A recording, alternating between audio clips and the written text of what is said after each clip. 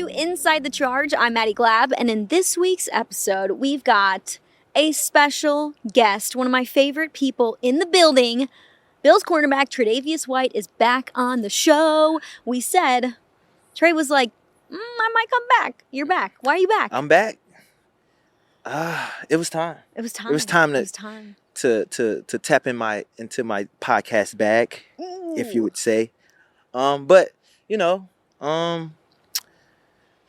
I just feel like I got a lot to say.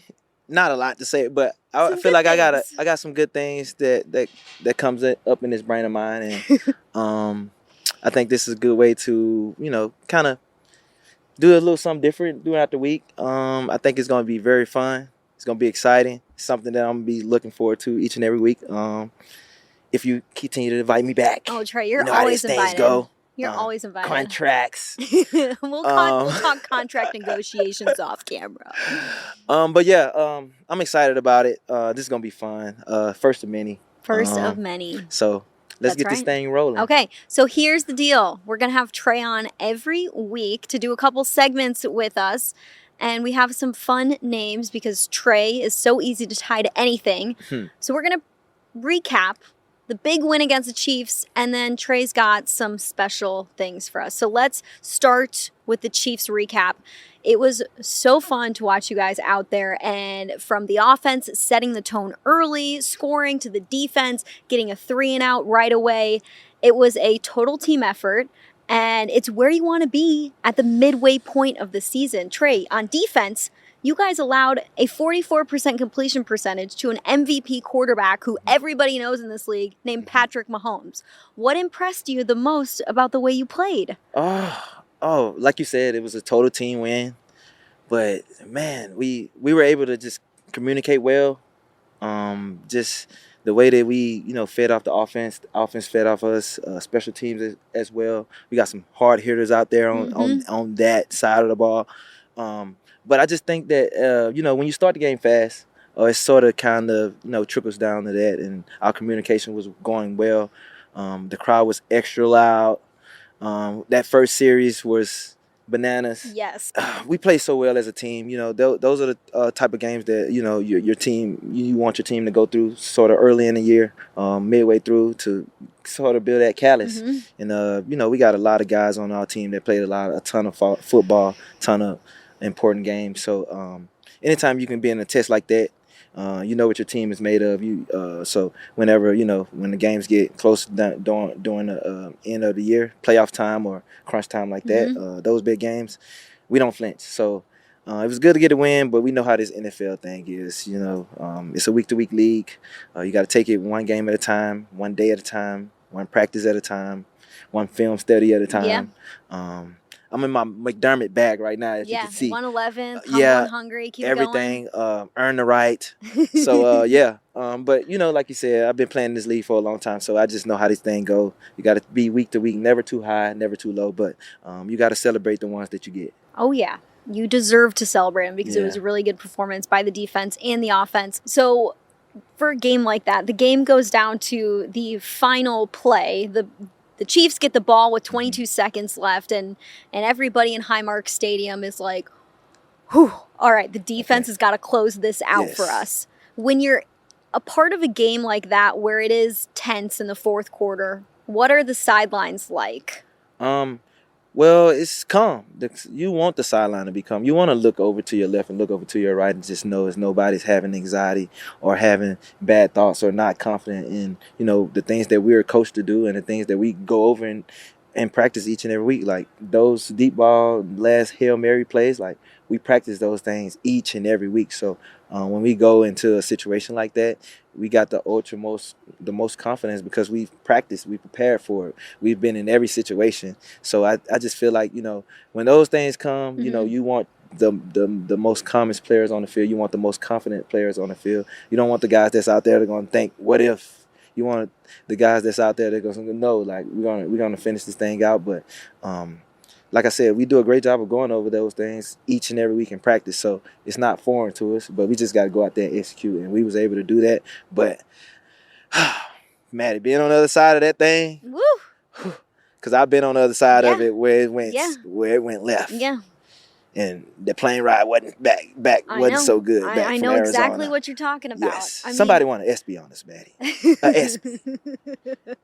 You know, you talk about a bad feeling. Yeah. Horrible feeling.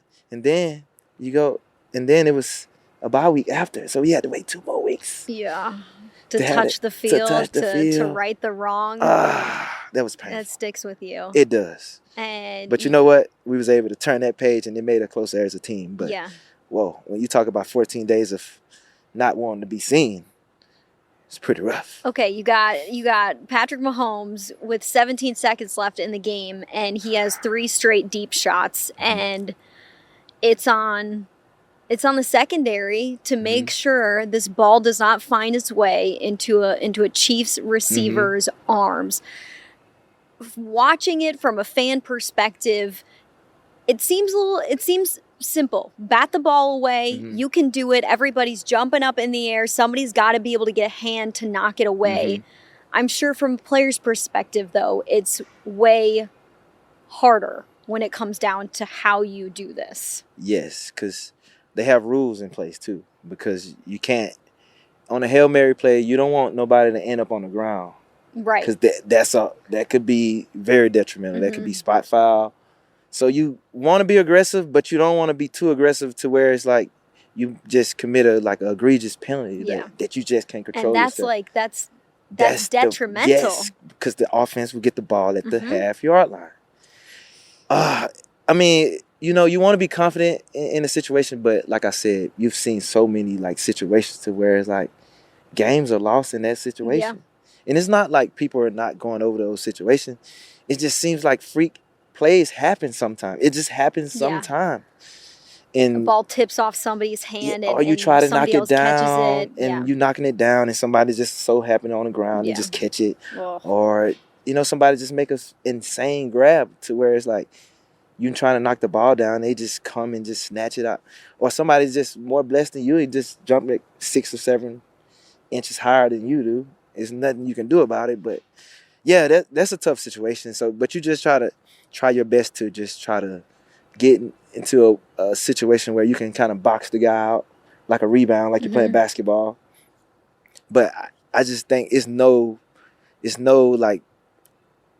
best way to do that situation, and you can practice it how you want it to go each and every time, but you can't script it. You can't simulate the movements of somebody else, and you don't know where they're going. So it's those things, like you got to worry about the scramble and just the trajectory of the ball, like time it right, like how it's going to fall, nose down or and nose it's not up. like you're an outfielder and you're tracking the ball, like you are standing, waiting, jump. So then you got the guys that you classify as the jumpers too.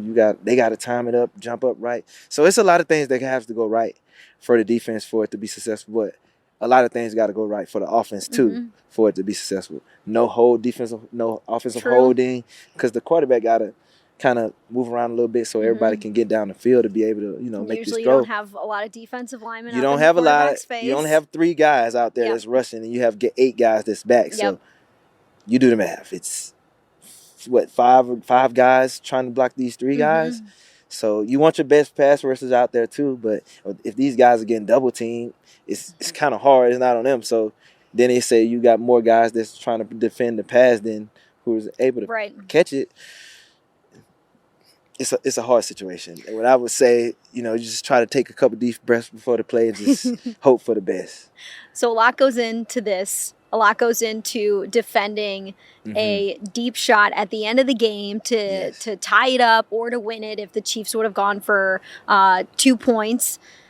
And you guys come out victorious. What does a game like this do for your confidence? I mean, you win. Obviously you want to win each and every week, but when you go against an offense like that, and you go in and you play well as we did on defense, of course guys are going to make plays. You just try to limit the damage. We did a great job of a lot of sacks, a lot of quarterback hits. Yep, 15 quarterback hits. That's a lot of quarterback hits. Amazing. The quarterbacks don't want to feel that either, man. No. I'm telling you, they don't want to feel it, especially Highmark Stadium when that sun goes down and that temperature drops a little bit. Hits hurt a little bit more. Yeah, hurt a little bit more, but just the performance on defense is just, that's what we want. Mhm. We was able to take the ball away, fourth down stops, sacks on the quarterback. We did well in the run game, in the run game, no explosives in the run game too. So anytime you can do that, take the ball away, a lot of 3 and outs, and get the ball back to our offense, we always gonna have a shot. Yeah. We always feel like we're gonna have a great shot. We can get the ball back to the offense and Josh and those boys so they can get the cooking. It was awesome to watch. Exciting way to close out the first half of the season as you guys move into week 10. Okay, we've got a segment that we're calling Top Tre. It's your 3 favorite things from this past week, from this week, what's going on in your life. Halloween just happened. You have 3 of the cutest kids in the world. Yes. Did you have a favorite costume? I did, but I can't say who had the best. Okay. But I could say somebody was a little UPS driver holding a little box. Had to be careful to scratch the address off the box because the address was on the box. Your address was on the box? Yes, the address was on the box, so we had to scrape that off. But we had a little guy that was delivery driver. We had a ninja, Spider-Man. These guys love Halloween, so I think we got them like 3 costumes apiece. Are they wearing costumes for like a week plus in the house? Like it's Halloween time, we just want to be in our costume, Dad? Nah. But, okay. I feel like, they'll try to put on their costumes to get more candy. Ooh. That's the thing. Want to be in the house. It's my middle son. He's the one that's going to push the envelope on everything. So, but, we try to limit the candy consumption. But we was able to get out and do a little trick-or-treating. It was great. The wind was blowing. Oh, yeah. It wasn't good weather this year. But you know what? Like, I just feel like every year that I've been in Buffalo, either the wind is blowing. Trey, last year the weather was good. Well, he was like, I'm not here last year. I wasn't here. But every Halloween that I've been here, either raining or the wind is blowing extremely hard. I'm sorry Buffalo did you dirty like that. And this year, it was a wind blowing year. Yeah. And when I went trick-or-treating. I went, stopped the yard, got out the yard with the boys, had the youngest in my arms. We get halfway down the street. The wind is blowing so hard. He's like, I want mommy. So we had to turn around, all 4 of us. So I had all the boys. And we had to go back to the house because the little guy wanted mommy. He and was done being a UPS driver. And we had to start back at the same house, at the first house that we went to. Because my kids thought that we should just start all the way over. Oh, okay. So we trick-or-treated at some houses twice. only my little boys do that. But we had a great time. We got out, trick-or-treated. We went up and down the road. My neighbors, they were so great about it. They did a great job of, being outside in costume themselves when the kids go up. So it was a fun time. My kids always look forward to that. The Halloween is one of the favorite holidays in my household, I would say, for sure. I love it. What are you watching? Tre is a big TV show guy. If you guys didn't know, yes, he's a binger. I am. What's the best thing you've watched recently? Currently binging? Right now, I'm watching this show called Doc on Hulu. On Hulu. What's it about? Great show. So it's about this ER doctor. She one of the best around, and she gets into a car wreck, and she loses like 8 years of her memory from the last 8 years. So when she wakes up out the coma, like she didn't realize that she was divorced. Her son had passed away. Wow. She had developed this relationship with this guy that she was working with that she didn't even know that they were dating when she came back. Great show. Ongoing. I think I finished season 1 in probably 7 days. And now I'm on season 2. It comes out on Tuesday, so I'm anticipating it coming out tonight. Every Tuesday. I'm going to be locked in. Tre's got a date with the TV. Season 2, episode 5, if you will. Okay. We're locked in. But the show is great, but another show, if you want to know the best shows, though, the best guy to go to is Taron Johnson. Oh, Taron Johnson. Taron Johnson has... He's an encyclopedia when it comes to TV shows. Oh, my goodness. Like, this guy puts me on some of the best shows ever. Ooh. But the thing is, if you take his feedback, you have to watch it. Okay. Because the next day, he's going to be like, did you watch it? Did you watch? Bro, why I you told watch you. it? I told you to watch it. Like, he's one of those. So, like, if you take his show expertise, he's gonna be on you about it. All right. So every show that he's told me about, You've watched. I've watched. Can't miss. He can't miss. He cannot miss on the show recommendations. All right. He's the guy that I go to. Did he recommend Doc? He didn't recommend this one, but he recommended this new show. I haven't started it yet. I keep putting them off because of the Doc show, but this show calls The Last Frontier. So I'm gonna get on that. I'm gonna get on that. I'm gonna get on that soon. But before I found this Doc show, I know a lot of people are gonna be on me. Should I say? I don't care. Judge me if you want. I've been watching Scandal. He's been watching Scandal. Season 5, episode like 17, and I'm hooked. Hooked. I haven't watched Scandal yet, but I know Scandal. I don't think I should be watching that though. Who cares? It's entertaining. It is. It's just something that I don't know. It's just something about it. Like it just draws me to it. Okay. Whenever I just need to get away, I can binge watch that. I can fall asleep, rewind it, go back through. But yeah, but the Doc show definitely is one that I would recommend. Great. I'm really, really, really, really excited about tonight, about the show. After I get the film study done first. Get the film study done first. Then you can have your free time. And then I can Tre. have a little, maybe 45, 47, 50 minutes episode. I think I can squeeze that in tonight. Yeah. I think I can squeeze that Why in. not? I will squeeze that in. All right. I can't wait to hear for more show recommendations coming up in the future. Watch Doc on Hulu. Tre can talk to you about it as he moves on in season 2, you said? Season 2. Episode 5. Episode 5. Okay, finishing us off. We're at the midway point of the season. The body's feeling the wear and tear of football. The body is bodying. The body is bodying. For sure. What does Tre White do on an off day to make sure I'm getting right for this upcoming game? Do you have a favorite thing in terms of rehab? My favorite thing to do for rehab is definitely the contrast hot tub, cold tub like that. It's a time for me to put my headphones in, get ready and relax in my music, because the cold tub is one of those things you got to take your mind off of it, so you got to have some things going on. So the contrast between the hot and cold tub, that's my favorite. But over the years, I've been able to come up with, a routine that I've been very strict to for, I say, 7.5 years. So on a Tuesday, I come in, I got dry knee, acupuncture, I have to the chiropractor here to get my body adjust the feet, the ankles, the knees, the back. He does it all. Everything. So I do that. Get massage, hot tub, cold tub, sauna.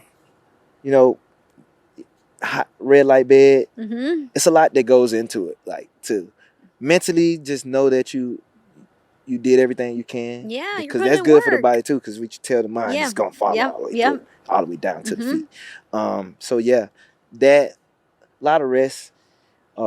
Sweet cherry juice. Yep.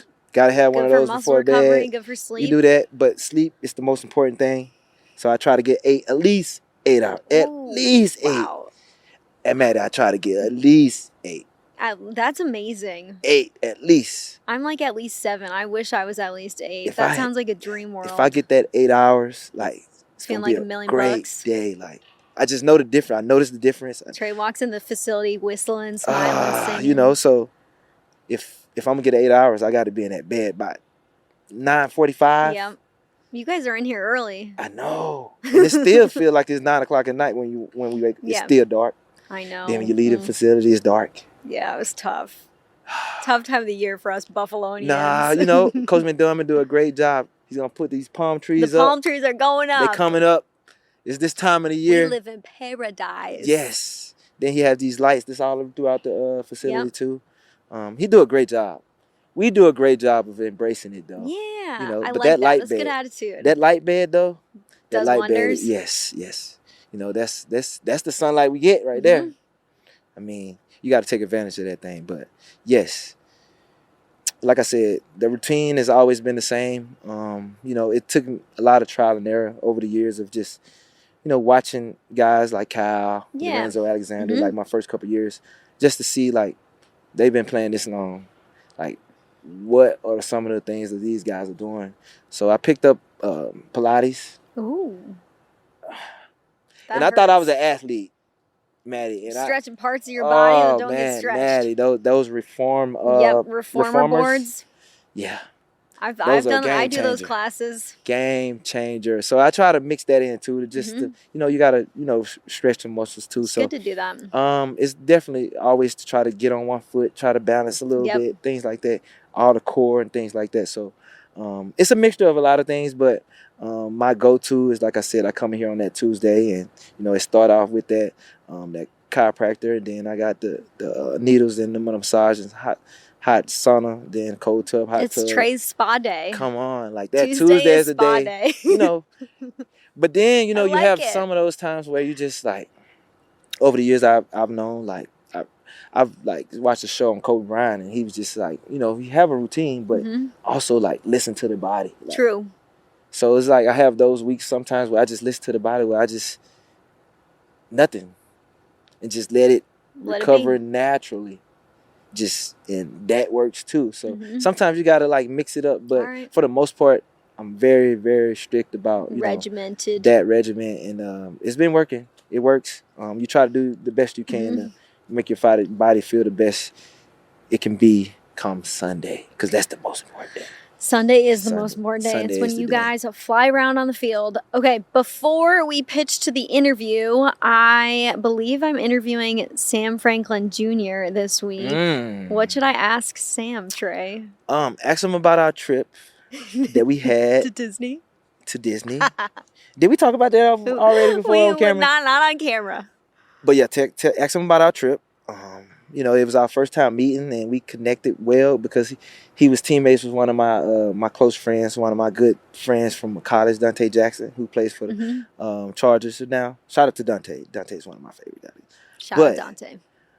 He and Frank played together, and Sam played together in Carolina, and it was in the area because Dante and I, we always go on these family trips each and every year to Disney, take the kids down there, have a little family time, But he joined us 2 years ago, and once he signed here, I was like, yeah, we locked in. Yeah. So it's fun every time. Anytime you can connect with somebody and then flash forward, they become your teammates.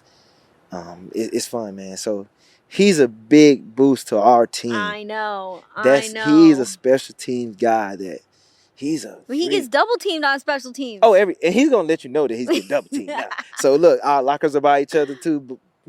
Game 27, 28, and this guy here, I'm telling you, he's a dog. Like, I don't think he wears socks. Like, he cuts his socks, man. He like to where it's like a spat, and he just put his shoes on. Like, so anytime you're dealing with a guy like that, that's a dog. If you cut your socks, you're a dog. I think he playing just raw feet out there. Wow. With like just a little sock. Ripping blisters. Yeah, like this guy, he's a freak athlete too. Like, you can see how he like catches the ball. Like, he's a freak. He's a great player, great person too. Like, extremely humble guy. Can't say enough about him, but like I said, that's that Carolina McDermott connection. You know what I mean? It is. We be getting some ball players. Can't fail that. We be getting some ball players. I know. From down Jack there, Thompson. Man. Ball. Let's go. He's a dog too. Yeah. Who else we got from down there? Man, AJ Klein had that connection when he was here. Man, Hold up. We got Daquan came from Carolina. Daquan. Dog. Go all the way back. Star. Dog. Yep. Who? Kurt Coleman. Kurt Coleman. Dog. I was trying to remember his first name. Kurt Coleman. Man. Dog. Who else we have from we can keep going. Yep. Hold on. Brandon Bean. Dog. Sean McDermott. Dog. We got them all from Carolina. Appreciate Carolina. Appreciate your Mr. Pepper down there. Thank you for your service. Appreciate that. You got some great dogs in Buffalo because of Carolina. Man, that Carolina connection. It's dogs. good. It's alive. It's alive and well, and it's cooking. Man, what? We started at the top with it, though. Tre, all right. Appreciate the time. We're You going to know it. pitch this interview with Sam Franklin Jr. We'll be back afterwards with more. Sam, thanks for coming on to hang out on Inside the Charge, answer some questions. I'm excited to get to know you better. Excited to be here. I mean, haven't had many questions asked to me lately. All right, well then let's start it right now. You spent your first 5 years with the Carolina Panthers. Now you're in Buffalo. How have you embraced this team so far? It's been a new experience, learning new people. I haven't had a real change since college. So, I mean, it's been great. These guys opened me with welcome arms. There's some great teammates, and then, they're a funny group. Okay, they're a funny group. Who's funny on this team? Who are you vibing with? It's a couple guys that I like vibe with. Ryan, he's one of those guys. Frank, he's pretty funny. Ty Johnson. So, I mean, it's a lot of people on my row and the surrounding areas. Cam, he's a cool person too that I like to joke around with. Jamar, it's a couple guys. The whole DB group, basically. Who's the funniest guy in the DB room? Right now, we gotta give it to our rookie, Jordan. Just how he's just answer everything. He's just so nonchalant, and he be so serious about everything. And he what? What I do? He don't be knowing the funny stuff he do sometimes. That's why he's pretty funny. Since you're new to this team, who is Sam Franklin off the field? I'm a man of God, a father first. And I mean, I'm really pretty chill. I mean, I like to go do stuff like go hunting during my off season, fishing. We go ATVing a little bit. We got some mud holes where I live at. So, I mean, we do a little bit of everything during the off season. I try to disconnect from football a little bit and, just get back to regular world stuff and not really be in my phone. What's your favorite thing to hunt or fish? Well, I haven't really got into the depths of hunting, but I mean, they would probably be the first thing. Probably wild hog hunting. That's pretty fun, getting out and the dogs run, you tracking them through the woods. That's pretty fun. Where do you like to do that at? I'm from Florida, so in Inverness, Citrus County, we got some pretty good spots. Yeah. And my friend AJ, he has a spot that we be going to. I can't give it away. Oh, it's a secret spot. Yeah, it's a secret spot. He got a secret fishing spot too. I tell a couple of those if he make me mad. Sam, it's easy to see that your energy is off the charts. You play like your hair's on fire, and you tackle like your life depends on it. How did you become that type of player? It's always been like that since I've been in the Little League. Effort is something that I always felt like it's always between me and me. So I just always wanted to be the guy who out-efforted everybody. And then once it's time to make a play, I just feel like I need you to think about it next time you see me. You need to think about it the next time you see me. That is amazing. What's the feedback you've gotten from your teammates with that type of effort and some of the hits that you've laid on people? It just gets the defense going. And then, it just gives a spark of the O-line. They love it when I start to block people or, I make a big hit. They're probably one of the first few people surrounding me yeah, let's go. They want to see some and I just just having guys paying attention to special teams just for that one play. Normally people just look at it and just be I'm about to go in, but they're really locked in trying to see what's gonna happen, who's gonna make the play. So I mean that's very, very much the best thing, better than any compliment they can give me, because mostly it's them showing that they care about this one play that we're on. You have a lot of pride in your play on special teams. Where does that come from? Not everybody can be a starter. My dad taught me that young. Not everybody can be the star player. So, I mean, your role in a team is just as important as the star player. Just like the O-line, they may never get the accolades that they want or get you had a great game. But, they're going to remember that one holding call or the sack that they gave up. So, I mean, it's just like that. I look at it from a perspective like that. You have to enjoy these one or two plays that you get, because once you're out of the NFL, you're out of the NFL. There's no coming back. There's no do-over. So, every play that I get is just a blessing to be out there. What's your favorite part about playing on special teams? The little, competition that you have, with the other guys on special team, who's making the tackles, you feel me, pointing out, little stuff I beat you down last time. It's just, little stuff that, like you get to do against other people, and then like in practice, like going against guys, you know, winning a rep, like, and then you get to know somebody and like they know like your moves, so it makes it harder. So I mean, it's just like the growth that I like to see, like from like the starters from the guys who come in on special teams one play, or the guys who do three. It's just like the build up that you have and like the getting better of it that I love to see. Is there somebody that you find yourself always jawing with in practice on special teams or when it comes to watching it back in the film room? Yeah, me, Jamar, and Dane, like we switch pretty much a lot, and we always go with each other.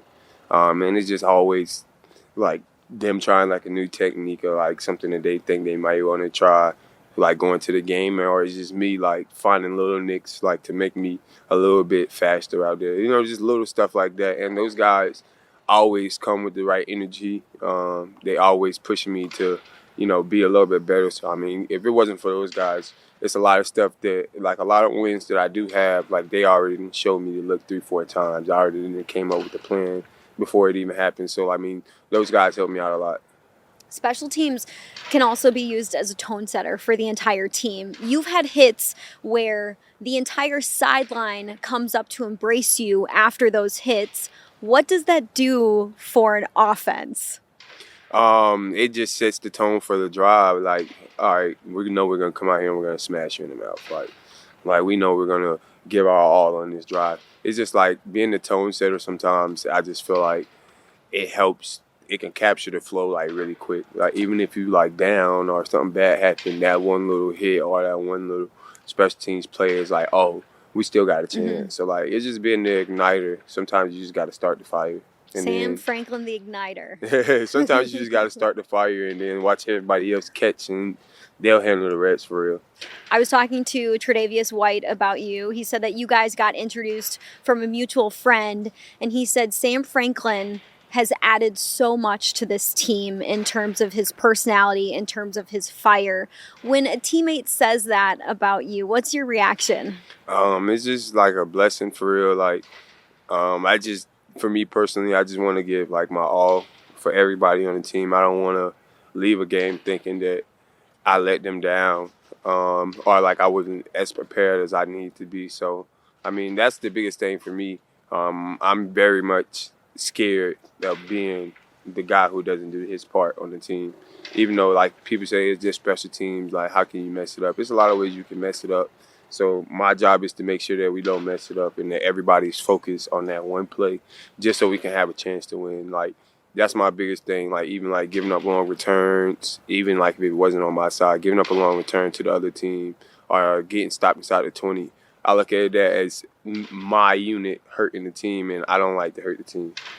Being scared to not do your part, I think you've shown over your career in the NFL that you've always done your part. You're an undrafted player. You've been in the league now for 6 years. How have you shown that it doesn't matter where I'm drafted? I can impact this team.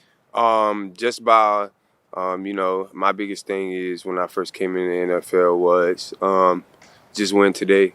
Don't really worry about tomorrow. And that's the approach that I always have. I always feel like even though like I'm on a team, I can always get cut. I can always be the guy back home. Like, so I just never felt really comfortable even after I was on the team, even if I did do good with that game. It's like I did good, but how do I keep doing good? You know, that's the biggest thing with me. I don't like to fall off and I don't like to decline. So like, a lot of things that I do are because I just don't want to let down myself and the team around me. Like, that's the biggest thing with me. Like, I didn't say it once, but, like, it's truly, like, something that I truly have a fear of is not being ready or not being focused enough for the team and letting them down. So, like, every day I come in, I just treat it like this could be my last day in here. So I just give what I can, and I try to stay as positive as possible because this doesn't last forever. Because of that, are you somebody who does well operating off of the fear factor in your brain? Yeah, I do very well with that. And then it comes a point to where, like, I do turn it off, too. Like, I know when to have it and when not to have it. I know that, like, I'm a pretty good player, too. So it's like, after I didn't put in my work, it's like, all right, Sam, now we just got to trust everything that we had.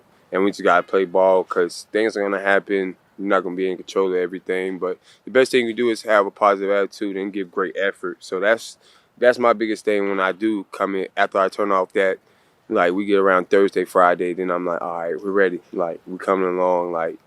Like we can do this. And then I get into the more of the Sam Franklin that they see on Sunday, where it's high confidence, flying around. I know I'm the best person out here, but it's a step and processes that you have to go through the week to get there. I don't believe that you just get to be that every week because you say you are. You have to show it in film and in practice. I see it. It's a right to be confident on Sundays. It's you have to earn your right. As you're saying things like, I've got to win today, I don't want to let anybody down, you're sounding like our head coach Sean McDermott in what he says. Do your 111th. You got to be humble and hungry. It seems like you fit in very easily to this culture here that is about family, that is about lifting each other up. Why do you believe this is the right fit for Sam Franklin in year 6? Well, I mean, to start off year 6, I signed with Denver. Prayed about it. Felt like God sent me out there. And then, ended up getting cut for the first time in my NFL career.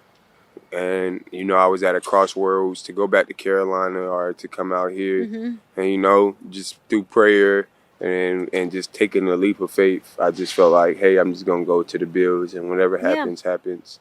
Got out here, and, after the first 2 weeks, it was like, all right, this could be a place where I can actually have a home. And then third week, fourth week, and now just building on it, it's just like, oh, I love it here. Like, I love the guys here. I love the coaching. I love what they stand for. I love the city. So it's just like now it's just me trying to implement myself in here as much as possible and get something to where I can be around for a long time. You said you were cut for the first time in your NFL career this offseason. How did you deal with that? To be honest, I really just turned on some gospel music, started praying and giving thanks that I even had the opportunity. That was the truth. I was sad. I'm not going to act like I wasn't sad. I was very sad, very emotional, but at the same time, I just knew that if God got me this far, He'll keep me going. Yeah, there's a story to everything, and the right doors are going to be opened when they're supposed to be opened. And look at you here now, thriving with this team, one of the most important pieces on our special teams unit. Tre'Davious White also told me, Maddy, you have to ask Sam Franklin about our trip to Disney. We took a trip to Disney this offseason, so I'm going to ask you about it. Did Tre have more fun, or did his kids have more fun on this Tre trip? Definitely had more fun than his kids. I know that for a fact he did. Tre was already excited. He like, oh, we're going to this, and we got the passes, and we got this. I'm like, Tre, is this for you or the kids? He's like, they here, ain't they? I'm like, all right, so it's for you basically. So I mean, he had a great time. We had a great time, great fellowship. Our companions got to meet each other. I got to meet him for the first time. And, just talking to him, and, building a relationship. And then he saw me when I had dreads. So I come in and I don't have dreads. And I'm like, oh, that's T. White right there. And I walk past him. I'm like, well, I'm going to wait to see if he noticed. And he look at me and he like, give me like one of those. And then like, all right, I know him, but I don't know him. And then he kept going. And then I come back in. I'm like, T. White, what's good, bro? He was like, what's good? And he like, I know. I'm like, Disney. He was like, you cut your hair? And I'm like, yeah. He's like, I knew you, bro. I'm like, well, that's crazy. You forgot me, but you remember me at the same time. So, okay. But nah, it's because I had longer hair. So he was just like, I know this person, but he don't fit what I know. So that was pretty cool. Just got to see him again and then going through that whole experience. That is hilarious that he didn't recognize you at first. Maybe he was being a little cold, like, I know this guy, but I don't know him. Yeah. And then he was like, oh, dang, we actually took a trip together. Yeah. Paint the picture. What is a trip to Disney like with Sam Franklin and Tre'Davious White? What are the rides we're hitting? What are the parks we're hitting? What's the food we're eating? Oh, man, we're going to first of all, you get the skip pass. You got to skip the lines. And if you want to get bougie on them, you get a little guide. You feel me? The food is included with the passes, so you just got to set up a time to go in. So it's just like, for me, it was junk food, fries, chicken fingers, cakes, all that kind of stuff, all the drinks that you can have. And then, I ride rides, but I really wasn't even to the rides. That's more so for the kids, for me. Like, I'll get on them with the kids, but I'm not just like, oh, let's go get on the tallest roller coaster here. Like, nah. No Tower of Terror for Sam Nah, Franklin. none of that for Sam Franklin. That's when the fear is not a good thing Yeah, for that's you. the fear is overloaded. That's not the fear that I want in my life at all. Like, so I mean, other than that, you just go like to have a good time, be around, be out, get the sunshine. And, you know, I'm from Florida, so like, I just want to be in Florida. So being in Florida was the best thing for me. It wasn't like the rides, and then, you know, I rode a lot of rides at Busch Gardens and stuff. So it was just like the atmosphere, getting to see all like the characters, you know, talking through movies. Oh, what's your favorite part of that? And like stuff like that. Yeah. That was like the memorable stuff that we were going through. And then, you know, got to like see like I'm so used to anime, cartoons that you didn't see in a while. You'd be like, oh, I remember that movie. Like, it's just little stuff like that to where you're just like, being a kid was so much fun. Yeah. So like that's basically what it was like going to Disney, is like letting the kids have their dreams, but you get to go back and be like, dang, like I remember being here. I remember this episode, like remembering your favorite episodes, all that. That's what Disney was for us. Like, I love just it. to step back in time. Gotta And let go the back. kids, yes. Because the kids go to sleep right after you leave. You get some peace. Oh, That's my the best gosh. part. The kids, after you get home, like 7 o'clock, they're asleep for the whole night. Party! Yes. Parents' night out. Nah, not parents' night out. Parents' nights to rest. Parents' night in. Yes, you just take a quick second and get your breath. Yeah. And then, like, well, they're asleep. We can just, you know, chill by the pool. Not have to worry about daddy. Can you give me this? Yeah, Why can't can I I do have this? this? Can we go outside? When we going back to the park? We just left. Like, all those things you get to, you know, have a good time with. That's awesome. I'm glad you had a fun time with Tre White and Disney, and glad you guys are together here in Buffalo, and also happy that you're feeling at home here. That's awesome. That's what everybody wants to hear, and it seems like you and Buffalo God's just willing, gel we can well. go to Disney after we win the Super Bowl. Let's do it. Let's say it. Speaking into the existence. Yeah. I like that. I've been Sam, saying it all year. Don't worry about it. yeah. Thanks for the time. Appreciate it. Nah, thank you guys. You guys have a good day. If you catch me out, you didn't see me. You didn't see him. We hope you enjoyed that interview with Sam Franklin. Tre White joins us again for a segment we're calling Ask Tre. We had some fans submit some questions to you. We're going to do this week to week, depending on how many questions we get in. Okay. But we have some good ones. Josh wants to know. Josh. Yep. Just Josh from Twitter. Oh, I thought you were talking about I can make Josh. a question up that Okay. Josh Allen Nah. pretend Okay, to ask Josh. you. Let's But go. okay, Josh from Twitter wants to know, going back to the Louisiana roots here, best gumbo in Louisiana. You a gumbo guy? Of course. Of course. I thought you were going to be like, Of man, I don't like No, gumbo. Of course. You got to make it right, though. Okay. Who makes it right? Or is I it don't- family cooking? I'm going to have to say, because my auntie, Teresa Ruffins, I'm going to drop her name on this interview. Let's go. Teresa Ruffins, she makes the most flavorful. Like, she got it going on with that gumbo. She knows now. what to do. She got all the ingredients. That sausage, them crab Ooh, legs. yum, yum, yum. That Mhm. everything she put up. She could put crawfish in there. You know, us Louisiana folk, we can When just you mix have- it up a little bit. Yeah. We can mix it up a little bit, but my auntie, she makes some good gumbo. I would say her gumbo is Okay. slamming. Tre's My aunt, aunt. Teresa. That's Ruffins. what. Teresa. That's where you get the best gumbo in Louisiana If you- from. You'll have to knock on her door. You pull up to Shreveport, Louisiana. You want some of that gumbo from Teresa Ruffins? I'm telling you, next level. Okay. Next like it. level. Next question. Lance wants to know, what is your favorite moment from the DB room so far this season? Oh. You can take this a lot of different places. What's okay. coming to mind? Favorite moment. That is why DB dinners are great. Always great. You know what's crazy though? So I know this is off script. That's So okay. That's where this is supposed to go. we played Carolina last week, and so after the game, Kurt Coleman in the I hallway. heard he waiting. was there. He was, he gave me a big hug. The first thing he asked, Y'all still doing DB dinners? Because someone said that Kurt Coleman is the guy who started it. He did. When he came here from Carolina, when he came here in 2019, he started the DB dinners. And those things are still going strong. I love how now. that's the first thing he asked. That's the first thing he asked me. Them still deep. This how Kurt. Them DB dinners still going on. Because Kurt is one of those most mellow, soft. Yep. But he's very serious about those DB dinners. And he said he's coming to a game. Ooh. And he's going to come on Thursday. Okay. For DB dinner? He's pulling up to the DB dinners. Wow. So everybody he's going to take show. notes. He's going to be in the background. It's like, I'm just going to sit off to the side. I'm going to take notes on how this DB dinner goes. Everybody better show up to that one. Okay, one more question. Sean wants to know. We're talking LSU. McDermott? Nope. Oh, okay. Sean McDermott wants to know. Sean from Twitter wants to know. We're going to LSU. All right.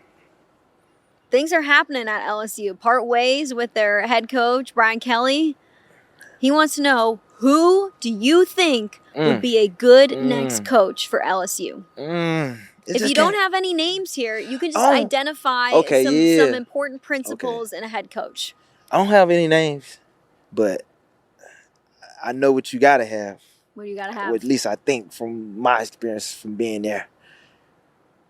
You got to connect with the people. You got to have the people on your back. Got to have the people on your side. You got to be in with the youngsters.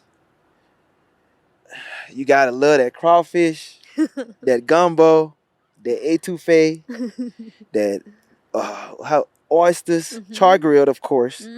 Yeah. But you just gotta have that. I just can't I can't put it into words. Like, you just gotta have that swag about you. Like, you're recruiting in Louisiana, you're recruiting in the South, so you gotta have a little bit of, Southern twang to you. And that's one of the jobs where it's like, you got the best players in your backyard. Yeah. It's not, you're never gonna have a shortage of talent. No. Like, oh my goodness. Like, and it's just the support you're gonna get. Like, man, it's so much I could say, but you have a lot of pride for where you went to school too. Oh my goodness. I can tell there's a lot of passion behind choosing the right person. And also feeling like, hey, you don't understand I can come back here with my teammates and feel like I'm proud of what's going on right now. Maddy, you don't understand how serious this is. Like, you cut this open, it's got some little purple and gold in there, Maddy. This is what I'm saying. So it's like, on Saturdays for the game, you know how it goes. We watch LSU. LSU shorts on. I'm wearing them to the plane. If we got an away game, I'm wearing the LSU shorts under whatever I'm wearing to the plane. We get to the hotel. I'm in my room. If LSU's on, all the curtains are blacked out. Everything. Nobody's allowed to watch with you? Nothing. Nobody. Phone no do not disturb. Wow. LSU shorts are on. Locked in. LSU hoodie is on. You got a foam finger too to watch the game? Look, they know I'm locked in. Like, so when it comes to the coach, like, we so invested. Like, it's just the alumni, former players. Like, it's a big deal, huge deal. So whoever comes in, like, we know those guys gonna hire the best guy that they can get. But whoever comes in, like, you're gonna have the players. You're gonna have the support of the former players. You're gonna have the support of just the fan base, the state of Louisiana. I swear, like, LSU football. When the sun shines in Louisiana, they don't care about nothing else but it's similar to Buffalo.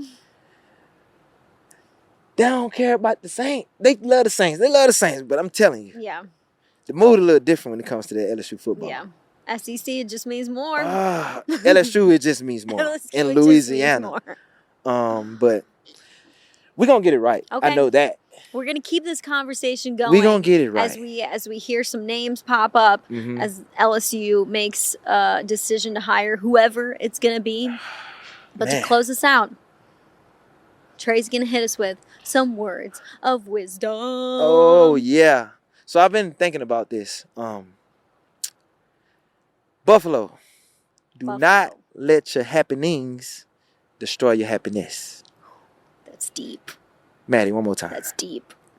Don't let your happenings destroy your happiness. You got to think about this again. Don't let your happenings destroy your happiness. You can think about it. Like, you can wake up and you cannot have Josh Allen as your quarterback. Don't say that.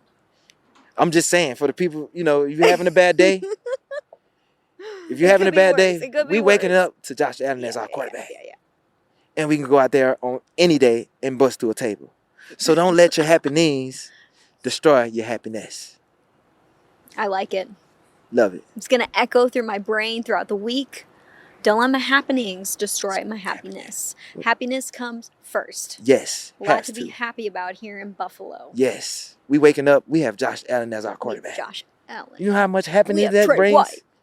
You know how much we have Dr. Kincaid. You know how much happiness that brings to me? We have the cookie in the back. Man. The man, cookie. Oh man. The cookie. Yo. Speaking of that, have you ever tried one of the cookies? I have. It's so good. Man, he's cooking. The cookie. He's cooking. He's got cookies. He got cookies. We got Spencer Brown. The Chanel man. So like I said. It's a good group. It's a good Oh my group. goodness. Don't let your happenings destroy your happiness. Wow. Mic drop. That's where we're going to leave it here in our first edition of Tre Time. Tre'Davious White, take it over. Yes. Love y'all. Break.